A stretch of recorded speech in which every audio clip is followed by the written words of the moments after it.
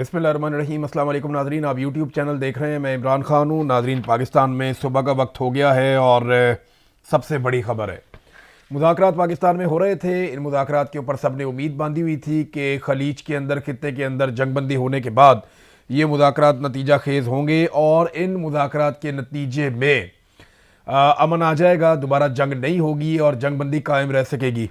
लेकिन बदकिस्मती से इसका नतीजा ये नहीं निकला। अमरीकी वफद पाकिस्तान में लगभग 21 घंटे तक रहा, को 15-16 घंटे उनके मुज़ाकरात होते रहे ईरानियों के साथ। 3 मराहिल में ये मुज़ाकरात हुए लेकिन इनका नतीजा ठीक नहीं निकला। अमरीकी नायब सदर JD वेंस ने पाकिस्तान टाइम के मुताबिक सुबह सुबह लगभग कोई 6 बजे के आसपास या इससे कुछ देर पहले एक प्रेस टॉक की और इस प्रेस टॉक में उन्होंने बात की सिर्फ अमरीकी मीडिया से। बाकी मीडिया को उन्होंने मौका नहीं दिया क्योंकि उनको आइडिया था कि बड़े अजीबोगरीब किस्म के सवालात आएंगे। और JD वेंस आते हैं, आकर खड़े होते हैं, अमेरिकन मीडिया को पहले बुलाया जाता है और वो 52 सेकंड तक सिर्फ अपनी बात कहते हैं। और 52 सेकंड के बाद वो कहते हैं जी किसी ने सवाल करना है तो कर लें। 3.5 पौने 4 मिनट के अंदर वो अपनी बात मुकम्मल करते हैं, अगले 3-4 मिनट के अंदर, और वो वहाँ से निकल जाते हैं। यानी 4 मिनट भी पूरे उन्होंने बात नहीं की और वो वहाँ से चले गए और उन्होंने ये कह दिया कि हम वापस जा रहे हैं बगैर किसी मुआहदे के। हम कोई भी डील करने में ईरान के साथ कामयाब नहीं हुए। JD वेंस ने क्या कहा, ये चीज़ें मैं आपके सामने रखता हूँ। JD वेंस ने कहा कि 16 घंटे तवील मुज़ाकरात के बावजूद अमरीका और ईरान के दरमियान मुआहदा नहीं हो सका। उन्होंने जो शुक्रिया अदा किया पाकिस्तान का, वो लगभग 20 सेकंड तक उन्होंने पाकिस्तान का शुक्रिया अदा किया। शहबाज शरीफ का और फील्ड मार्शल का नाम लेकर उन्होंने शुक्रिया अदा किया और कहा पाकिस्तान ने कोशिश की, बड़ी अच्छी बात है। और उन्होंने वाजे ये किया कि हम किसी किस्म का मुआहदा नहीं कर सके, हमने लचक दिखाई। जो इसकी तफसीलात हैं वो मैं आपके सामने रखता हूँ क्योंकि 4 मिनट में उन्होंने बहुत सारी बातें की हैं। जो सवालात हुए उनके जवाब उन्होंने दे दिए, लेकिन 2 ऐसे सवालात थे जिनके वो जवाब नहीं दे पाए या वो जवाब वो देकर गए नहीं। एक, पीछे से आवाज़ें भी दी गई कि जनाब आबनाए हुर्मुज़ का क्या बना, आबनाए हुर्मुज़ का क्या बना, आवाज़ दी गई, एक खातून सहाफ़ी की जानिब से जवाब नहीं मिला। दूसरा ये पूछा गया कि अगर टॉक्स ख़त्म हो गई हैं और आप किसी नतीजे पे नहीं पहुंचे तो क्या दोबारा जंग शुरू होने का खदशा है या दोबारा जंग शुरू हो जाएगी। इसका भी जवाब उन्होंने नहीं दिया और वो वहाँ से निकल गए। अच्छा, साथ ही ये भी नहीं बताया कि ये 2 हफ्ते की जो आर्जी जंगबंदी है, ये जंगबंदी अब मौजूद है या जंगबंदी मौजूद नहीं है, इसके बारे में भी उन्होंने कुछ नहीं कहा। JD वेंस ने एक सवाल के जवाब में कहा कि मुज़ाकरात के दौरान ईरान के मुंजमद असासों से मुतालिक बात हुई है, ताहम हम इस नुक्ते पर नहीं पहुंच सके जहां ईरान हमारी शराइत कबूल करता। JD वेंस ने दावा किया कि ईरान ने हमारी शराइत कबूल नहीं की, ईरान ने हमारी बात नहीं मानी। और साथ उन्होंने कहा कि हमने काफ़ी लचक दिखाई है। सदर ने हमें कहा था कि नेक नियति के साथ मुज़ाकरात में जाना है और मुआहदे के लिए अपनी बेहतरीन कोशिश करनी है, ये JD वेंस ने कहा। लेकिन अफसोस हुआ कि हम कोई पेशरफ्त नहीं कर सके। इसके अलावा एक और सवाल किया गया कि सदर से आपका कितनी मरतबा राब्ता हुआ, क्योंकि आपके अलग अलग अदवार हुए हैं। 3 अदवार में यानी 3 मौक़ों पर ये निगोसिएशंस हुई हैं या डायलॉग हुआ है आपस में। एक बिलवास्ता पहले मुज़ाकरात का एक दौर हुआ, दूसरा दौर जो है वो आमने सामने बैठकर एक और मुज़ाकरात का दौर हुआ, और तीसरे दौर में कुछ तकनीकी माहिरीन भी बुलवाए गए। ईरान से मुबैना तौर पे 3 तैयारे भी नूर खान एयरबेस पे पहुंचे, उसके अंदर कुछ तकनीकी लोग भी आए और वो भी इन मुज़ाकरात का हिस्सा बने। अमेरिका की जानिब से भी टेक्निकल लोग मौजूद थे और ईरान की जानिब से भी मौजूद थे। ईरान ने मुज़ाकरात की टेबल के ऊपर सरेंडर नहीं किया, बज़ाहिर ऐसा दिखाई देता है। ना उन्होंने मैदान में सरेंडर किया, ना उन्होंने मुज़ाकरात की टेबल के ऊपर सरेंडर किया, और ये क्लियर कर दिया अमरीकी नायब सदर ने कि मुज़ाकरात जो है वो कामयाब नहीं हुए। अच्छा, इसमें एक चीज़ उन्होंने जाते जाते, जो वाहिद एक उम्मीद है जो जाते जाते वो दिलाकर गए हैं JD वेंस, उन्होंने कहा जी हम इस तजवीज़ के साथ जा रहे हैं कि अफ़हाम व तफ़हीम का तरीक़ाकार वज़ह किया जाए, देखना है कि ईरानी इसे कबूल करते हैं या कबूल नहीं करते। उन्होंने कहा कि 1 दर्जन मरतबा डोनाल्ड ट्रंप से हमारा लगभग राब्ता हुआ है, हम लगातार 21 घंटों से उनके साथ राब्ते में थे। हमने एडमिरल कूपर से, मार्को रूबियो से और पीट हेग्सेट से और पूरी नेशनल सिक्योरिटी टीम से भी राब्ता किया, बार बार राब्ता किया। हम नेक नियति के साथ मुज़ाकरात कर रहे थे और हमने अपनी हतमी और बेहतरीन पेशकश या अपनी ऑफ़र, जो हमारी बेहतरीन ऑफ़र है, वो हमने ईरान के सामने रख दी है देखना है कि ईरानी इसे कबूल करते हैं और नहीं करते, तो हम फिलहाल बगैर किसी डील के वापस जा रहे हैं। पाकिस्तान ने एक मुतालबा किया था और तजवीज़ सामने रखी थी अमरीकी वफद के और ईरानी वफद के। पाकिस्तान ने कहा था कि आप 2 बजे दोबारा मुज़ाकरात में बैठ जाएं, यानी मुज़ाकरात का एक दौर और कर लें और एतवार के दिन 2 बजे दोबारा मुज़ाकरात कर लें। इसके ऊपर कुछ इत्तफाक राय हुआ भी था, लेकिन उसके बाद क्योंकि लगातार राब्ते में थे जेडी वेंस अमेरिका में, तो शायद अमेरिका से उन्हें ये इंस्ट्रक्शन आई कि ठीक है, आप लोग वापस आ जाएं और इस मामले को यहीं पे रोक दें। इससे पहले डोनाल्ड ट्रंप ने एक स्टेटमेंट दिया था। उस स्टेटमेंट से मुझे आइडिया होना शुरू हो गया था कि डोनाल्ड ट्रंप चीज़ों के साथ मुंसलिक है और डोनाल्ड ट्रंप को सारे मुज़ाकरात की रिपोर्ट मिल रही है, और डोनाल्ड ट्रंप ने उस हवाले से ये स्टेटमेंट दिया कि मुज़ाकरात कामयाब हों या ना हो मुझे कोई फ़र्क नहीं पड़ता। डोनाल्ड ट्रंप ने कहा था कि हम तो जंग जीत चुके हैं, हमें कामयाबी मिल चुकी है, अगर हम मुज़ाकरात में कामयाबी नहीं भी होती और ईरान हमारी बात नहीं भी मानता, कोई डील हमारी ईरान के साथ नहीं भी होती, तो हम जंग जीत चुके हैं, मुझे कोई उससे फ़र्क नहीं पड़ता। और डोनाल्ड ट्रंप ने एक और भी वहाँ पे दावा किया। डोनाल्ड ट्रंप ने कहा कि आपने हुर्मुज़ में तो हमारे अमेरिका के बहरी जो जंगी जहाज़ हैं वो मौजूद हैं और वो वहाँ पे बाकी ममालिक के लिए जो वहाँ से अपना तेल लेकर जाते हैं उनके लिए वहाँ से बारूदी सुरंगों को साफ कर रहे हैं पानी में से। और ईरान ने इसकी तरदीद की। ईरान ने कहा नहीं जी, ये अभी भी ईरानी फौज के कंट्रोल में है मुकम्मल तौर पे आबनाए हुर्मुज़, और आबनाए हुर्मुज़ में कोई अमरीकी जंगी जहाज़ नहीं आए। हाँ, एक इतला कन्फर्म की जा रही है कि 16 बहरी जहाज़ आबनाए हुर्मुज़ से गुजरे हैं मुज़ाकरात वाले दिन में, यानी हफ्ते वाले दिन ये मुज़ाकरात होते रहे, हफ्ते और इतवार की दरमियानी शब भी ये तकरीबन मुज़ाकरात में गुजर गई। 16 घंटे के इन मुज़ाकरात के दौरान और इससे पहले भी लगभग हफ्ते वाले दिन में 16 जहाज़ गुजरे हैं आबनाए हुर्मुज़ में से। और ट्रंप ने दावा किया कि अमरीकी फोर्सेस आबनाए हुर्मुज़ में मौजूद हैं और बारूदी सुरंगें साफ कर रही हैं, जबकि ईरान ने जवाब दिया कि आबनाए हुर्मुज़ खुली हुई ज़रूर है मगर ईरानी फौजी कंट्रोल में है और कोई अमरीकी बेड़े इस तरफ नहीं आए और ना उन्हें यहाँ पे आने दिया गया है। एक और भी डोनाल्ड ट्रंप ने धमकी लगाई चाइना को, क्योंकि एक खबर चली थी कि चाइना ईरान को कुछ हथियार दे रहा है जो फ़िज़ाई दिफा के लिए है, यानी एयरक्राफ्ट को तबाह करने के लिए वो एंटी एयरक्राफ्ट कोई हथियार है वो दे रहा है, कंधे पे रख के चलाने वाले बाजूकाज हैं और वो हेलीकॉप्टरों को और एयरक्राफ्ट्स को या ड्रोन्स को निशाना बना सकते हैं। तो चाइना ऐसे कुछ हथियार ईरान को दे रहा है, ये दावा किया गया। लेकिन बाद में अमरीकी सदर ने इस पर धमकी लगाई और उन्होंने कहा कि अगर चाइना ईरान को हथियार फराहम करेगा तो संगीन नताइज होंगे चाइना के लिए। ये डोनाल्ड ट्रंप ने चलते हुए एक सहाफ़ी से बात की और वो बात रिपोर्ट हुई। इसके बाद चाइना की जानिब से इसके ऊपर रिएक्शन आया और उन्होंने खबर की तरदीद कर दी। उन्होंने कहा जी हम तो कोई हथियार दे नहीं रहे ईरान को, और ये दावा गलत है जिसमें एंटी एयरक्राफ्ट हथियार ईरान को चाइना की जानिब से दिए जा रहे हैं। तो चाइना ने इस दावे को गलत करार दिया है। तो डोनाल्ड ट्रंप की एग्रेशन जो है वो वापस आ रही है। डोनाल्ड ट्रंप दावा कर रहे हैं कि आबनाए हुर्मुज़ को उन्होंने कंट्रोल कर लिया है। दूसरी जानिब बरतानिया ने एक दावा किया।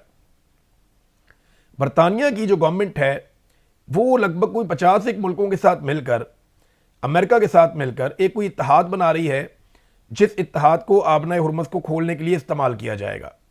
क्या वाकई में अब ताकत के बलबूते पे या ताकत के जोर पे आबनाए हुर्मुज़ को खुलवाया जा सकता है? क्योंकि चाइना ने और रशिया ने बज़ोर ताकत वीटो कर दिया था उस करारदाद को जो अक़वाम मुत्तहिदा में पेश की गई थी कि आबनाए हुर्मुज़ को ताकत के जोर पे खुलवाया जाए। अब अगर कुछ ममालिक इस आबनाए हुर्मुज़ को ताकत के जोर पे खुलवाने आएंगे तो जिन ममालिक ने इस करारदाद को वीटो किया है क्या वो इस ताकत के इस्तेमाल को रोकेंगे? क्या चाइना और रशिया बीच में आएंगे? ये एक बड़ा सवाल है। पाकिस्तान के लिए बड़ी अजीब सिचुएशन पैदा हो गई है मुज़ाकरात की इस नाकामी के बाद। देखिए, अभी ईरान का मौक़िफ़ आना बाकी है। हमें एक बात समझनी पड़ेगी कि ईरान जब तक मौक़िफ़ नहीं देगा हमें पता नहीं चलेगा। अभी हमने एक तरफ की बात सुनी है। अभी अमेरिका ने कहा कि उन्होंने लचक दिखाई, अमेरिका ने कहा कि उन्होंने बड़ी अच्छी ऑफर भी दी, अमेरिका ने कहा कि मामला एटम बम बनाने के हवाले से है। जेडी वेंस ने कहा ना जी एटम बम का असल मसला है, और हमें पता है कि उनके पास अभी कोई यूरेनियम को अफजूदा करने की या जो उनके पास सेंट्रीफ्यूजेस थे वो तबाह हो गए हैं, वो अभी ये काम नहीं कर सकते, लेकिन फ्यूचर में वो ये नहीं करेंगे इसकी गारंटी वगैरह भी हमें चाहिए।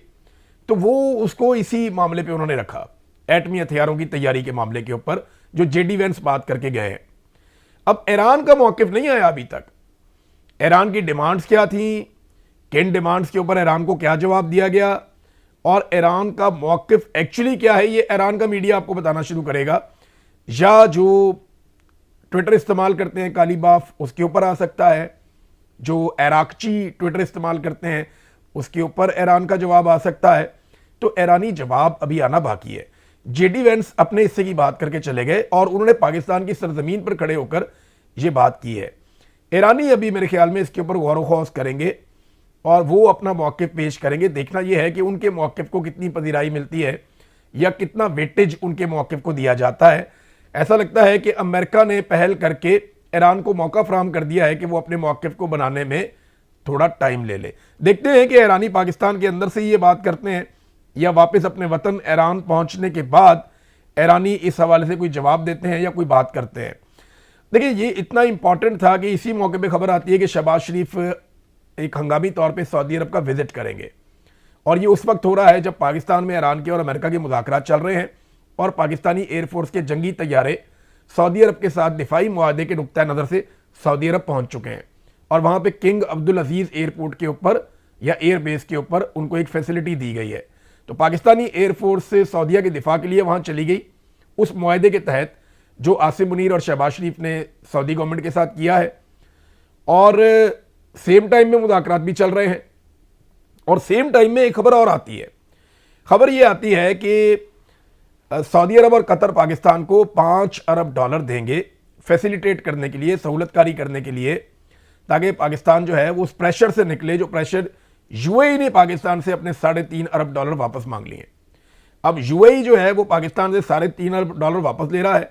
सऊदी अरब और कतर पाकिस्तान को $5 अरब दे रहे हैं और ये कर्जा है, ये कोई हमारी मदद नहीं, हमारे पास रहेंगे नहीं ये पैसे, ये वक्ती मदद है, कर्जे की सूरत में है, ये पैसा आपको वापस करना पड़ेगा, वो आपके अकाउंट में रख देंगे और इस पैसे को नॉर्मली आप खर्च नहीं कर सकते, लेकिन क्योंकि आपने यूएई का पैसा वापस करना है तो इस पैसे को आप अपने अकाउंट में उस पैसे की जगह पे रख लेंगे। तो अमानतन उनका पैसा पड़ा रहेगा ताकि पाकिस्तान के कौमी खजाने के ऊपर एक वो जो होता है ना, थोड़ा सा आपका कौमी खजाने में पैसा होना चाहिए, आईएमएफ को भी तसल्ली रहती है, तो ये वो पैसा होगा जो वहाँ पड़ा रहेगा।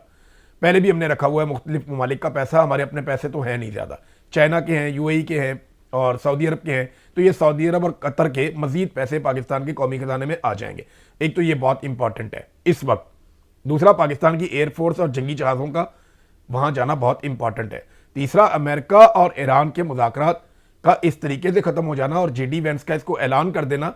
हालांकि पाकिस्तान ने तजवीज़ दी हुई थी, जो रिपोर्ट हुई थी ईरानी मीडिया पे, कि एतवार की दोपहर 2 बजे तक मुज़ाकरात मुलतवी किए गए, एक और दौर होगा, दोबारा बैठेंगे। लेकिन अमेरिका को मायूसी हुई है और शायद अमेरिका मजीद सामना नहीं करना चाहता इन मुज़ाकरात का, तो वो मुज़ाकरात की टेबल से उठकर चला गया है। ईरान ने ना तो मैदान में सरेंडर किया और ऐसा लगता है कि मुज़ाकरात में भी उन्होंने अमरीकी मुतालबात के सामने सरेंडर नहीं किया। अब ईरानी मौक़िफ़ आएगा तो हमें पता चलेगा कि ईरान इस सारे के बारे में क्या कहता है। नाज़रीन, सारा दिन जब ये मुज़ाकरात हो रहे थे ना, तो ये तासुर बन रहा था कि बड़े मुस्बत मुज़ाकरात हो रहे हैं और मीडिया ये दावा कर रहा था। उसका सबसे बड़ा रीज़न ये था कि मुज़ाकरात होते चले जा रहे थे। जैसे जैसे घंटे गुजर रहे थे, मुज़ाकरात के नए अदवार आ रहे थे, तो सबको लग रहा था कि इसमें कामयाबी मिल रही है, क्योंकि मुज़ाकरात हो रहे हैं और जब इतने सारे दिमाग बैठते हैं और देर तक बैठते हैं तो तवक्को की जाती है कि कामयाबी मिलेगी। लेकिन बदकिस्मती से वो नहीं हुआ। अब पाकिस्तान के लिए एक बड़ा सुनहरी मौका था। अगर ये मुज़ाकरात कामयाब होते तो पाकिस्तान को इसमें बहुत पजीराई मिलती, लेकिन अभी भी उम्मीद छोड़नी नहीं चाहिए। पाकिस्तान को बदस्तूर यही कोशिश करनी चाहिए कि इस सारी लड़ाई में गैर जानिबदार रहते हुए दोबारा कोशिश करे कि अमेरिका और ईरान के मुज़ाकरात हों, दोबारा कोशिश करे कि सऊदी अरब और ईरान के मुज़ाकरात हो, दोबारा कोशिश करे कि खित्ते के अंदर जंगबंदी हो। पाकिस्तान को ये जंग जितनी मर्जी तवील हो, चाहे ये 1 साल चलती रहे, पाकिस्तान को सिर्फ एक ही कोशिश करनी है कि पाकिस्तान जंगबंदी करवाए। किसी भी सूरत में पाकिस्तान को किसी भी फरीक के साथ खड़े नहीं होना चाहिए। इस लड़ाई में पाकिस्तान को सूट ही ये करता है कि पाकिस्तान गैर जानिबदार रहे। मैं पहले दिन से ये बात कह रहा हूं कि पाकिस्तान ने लड़ाई में नहीं उतरना, पाकिस्तान को लड़ाई में बिल्कुल नहीं उतरना चाहिए। जितना मर्जी दबाव आए, जैसे अभी तक अपने आप को बचाया, पाकिस्तान को आगे भी अपने आप को लड़ाई से बचाना चाहिए और सिर्फ अमन के लिए अपना किरदार अदा करना चाहिए, जो इमरान खान साहब की पॉलिसी थी, जो पाकिस्तान की इस वक्त पॉलिसी है। जिस तरह इमरान खान ने 2019 में किया था, पाकिस्तान को यही रोल प्ले करना और कोशिश करनी है कि कुछ भी करके जंगबंदी कायम रहे, कुछ भी करके अमन कायम रहे, कुछ भी करके यहाँ से तेल की गुजरगाह खुली रहे, क्योंकि देखिए गरीब मुल्क है पाकिस्तान भी, इंडिया भी, बाकी भी, ये सारे ममालिक फंस जाएंगे अगर तेल की कीमतें बढ़ेंगी। हमारे लोग गरीब हैं, वो इतना प्रेशर बर्दाश्त नहीं कर सकते। और अगर पाकिस्तान जैसा मुल्क खुदा न खास्ता किसी लड़ाई में चला जाता है, हमने पहले अपने इतने सारे हमसाए नाराज किए हुए हैं, तो यहाँ पे हम और नाराजगियां मोल ले लेंगे, तो हमें ये सूट नहीं करता। और ईरान ने अब कितनी, देखिए ना, ईरान का मौक़िफ़ जब तक नहीं आएगा ना, उसके बारे में मैं कुछ कह नहीं सकता। हालात बहुत नाजुक हैं, मैं ज़्यादा खुल के बात भी नहीं करना चाहता, लेकिन ये बात बिल्कुल क्लियर है कि नेतन्याहू को और डोनाल्ड ट्रंप को पहले से पता था कि मुज़ाकरात किसी नतीजे पे नहीं पहुंच रहे, इसीलिए नेतन्याहू ने धमकी भी दे दी है। देखें ना, नेतन्याहू की धमकी भी हमारे पास यहाँ पे मौजूद है, जो चंद घंटे पहले आई थी। नेतन्याहू ने कहा कि ईरान के खिलाफ मुहिम अभी ख़त्म नहीं हुई, और कहा कि हम अब भी इनसे लड़ रहे हैं। ये भी कहा कि अभी भी बहुत कुछ करना बाकी है। अगर तफसीली बयान आप नेतन्याहू का देखें तो नेतन्याहू ने बहुत सारी डिटेल्स दी हैं अपने एक स्टेटमेंट में जो उन्होंने अपनी आवाम के लिए छोड़ा। उसमें उन्होंने कहा कि जीत का दावा किया कि हमने ईरान को शिकस्त दी है, और ये भी बताया कि ये हमला कितना ज़रूरी था, अमेरिका के साथ मिलकर हम ये जंग जीत गए हैं, हम शाना बशाना लड़े हैं, ये बहुत बड़ा ख़तरा था इसराइल के लिए जिसको तबाह किया गया है, मगर अभी हमारा काम बाकी है, ईरान के ख़िलाफ़ हमारी लड़ाई ख़त्म नहीं हुई, मैंने कई साल इस पर मेहनत की है, हमने गज़ा, शाम, इराक, यमन और ईरान में ख़तरात ख़त्म किए हैं, साइंसदानों और जर्नैलों को कत्ल किया है, इसराइल पहले से ज़्यादा मजबूत और पहले से ज़्यादा ताकतवर है। तो ये सारी चीज़ें जो हैं वो नेतन्याहू ने बोली हैं।